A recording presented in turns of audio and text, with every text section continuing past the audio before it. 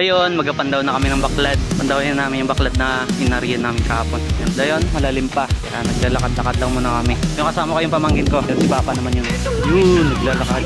Check natin kung maraming isda. Pero sigurado yan, may isda naman yan. May lamang isda at may pang-ulam. Pero sana makatimbang, no? Para may pira din. Na guys, mangunguha tayo ng salabay. Grabe kadami. Sa amin, tawag namin dyan, balong. Dami talaga. Oh, yan oh, laki oh. Pinakamalaki nila na nahuli. Ayan. Pag kinaya ni Papa yung may galamay na yan, siguro kung makain yung niyan, magpasosyan mo, baka mamatay ka. Yung kahit tayo dito. So, malit pa.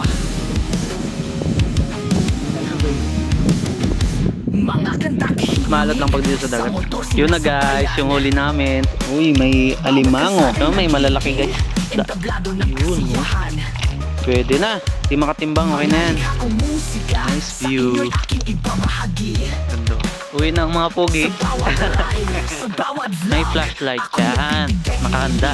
Ito na yung aming nakuha kanina. May pusit. 5 piraso. Tapos yung may mga malalaki dyan na isda. Ito yung masarap. Sariwa eh. Yan. Sige sa panonood.